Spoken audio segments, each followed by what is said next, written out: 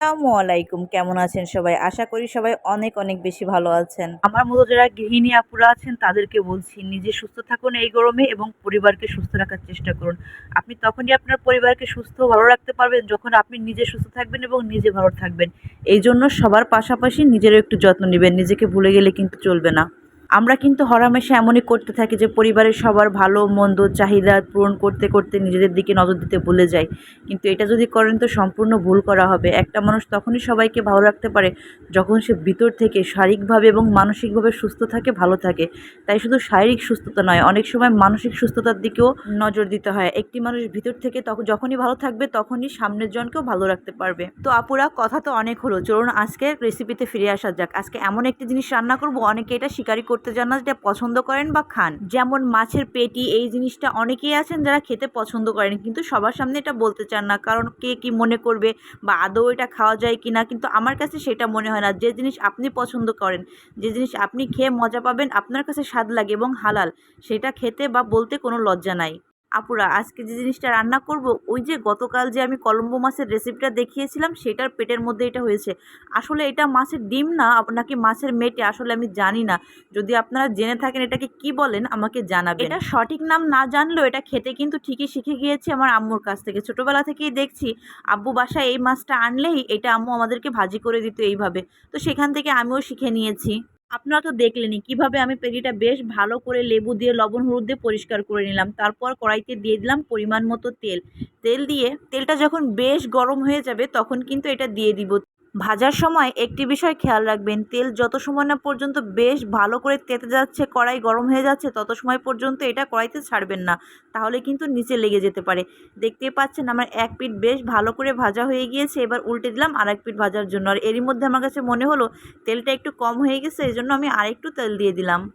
আপুরা, আমার হাজবেন্ডও আমার আম্মু বলে আমি বড়সড় একটা বিড়ালের মতো, কারণ যত কাটা আছে, যত হাড় আছে, আর এই টাইপের যত জিনিস আছে সব কিছু আমার কাছে অনেক বেশি ভালো লাগে। যেমন মাছের মাথা, মাছের মেটে, মাছের যে নাইটা খাওয়া যায় পরিষ্কার সেইটা, মাছের কাটা এবং যাবতীয় যত হাড় আছে এগুলো কিন্তু আমার কাছে অনেক বেশি প্রিয়। আপুরা, আপনাদের কার কার কাছে এই জিনিসগুলো ভালো লাগে অবশ্যই কমেন্টে জানাবেন কিন্তু। তো দেখতে পাচ্ছেন আমার ভাজা প্রায় হয়ে এসেছে। এবার আমি মাঝখান থেকে খুন্তির সাহায্যে এইভাবে এটাকে কেটে দিচ্ছি। আর এর ভিতরে একটু লাল লাল ভাব আছে, এটা কিন্তু থেকে যাবে। যত সময় না পর্যন্ত আপনি রান্না পুরোপুরি শেষ করছেন তত সময় একটু এরকম লালা লালা আসতে পারে, এটাকে ঘেন্না পাওয়ার কিছু নাই, বা এই জিনিসটা এমনই হয়। তো সব কিছু বেশ ভালো করে ভেজে নিয়ে এবার আমি তুলে নিলাম। এটা যে শুধু এইভাবেই ভাজি করে খেতে হয় সেটা কিন্তু না, আপনি চাইলে এটা মাছের ঝোলের মধ্যে দিয়েও খেতে পারেন। এবার আমি একটা মশলা বানিয়ে নেব। মশলা বলতে এটাকে পুরোপুরি বেটে নিব না, এটাকে আধো ছেঁচা করে নিব। তো প্রথমেই দিয়ে দিলাম পরিমাণ মতো পেঁয়াজ, পরিমাণ মতো কাঁচা মরিচ। এবার এটাকে বেশ ভালো করে থেতলো করে নিব। এটাকে পুরোপুরি মিহি করা যাবে না, তাহলে আমি পাটায় বা ব্লেন্ডারে বেটে নিতাম। আপনারা চাইলে শিলপাটাও আধা ছেঁচা দিয়ে নিতে পারেন। 8 থেকে 10 মিনিট আমি এইভাবে এটাকে ছেঁচে নিয়েছি। এবার কড়াইতে পরিমাণ মতো তেল দিয়ে তার মধ্যে দিয়ে দিলাম। এবার এটাকে ভাজা ভাজা করে নিব। আধা ভাজা হয়ে আসলে এর মধ্যে দিয়ে দিলাম একটুখানি হলুদ ও একটুখানি লবণ, কারণ সামান্য পরিমাণে হলেও মশলাতে লবণ দেওয়া জরুরি।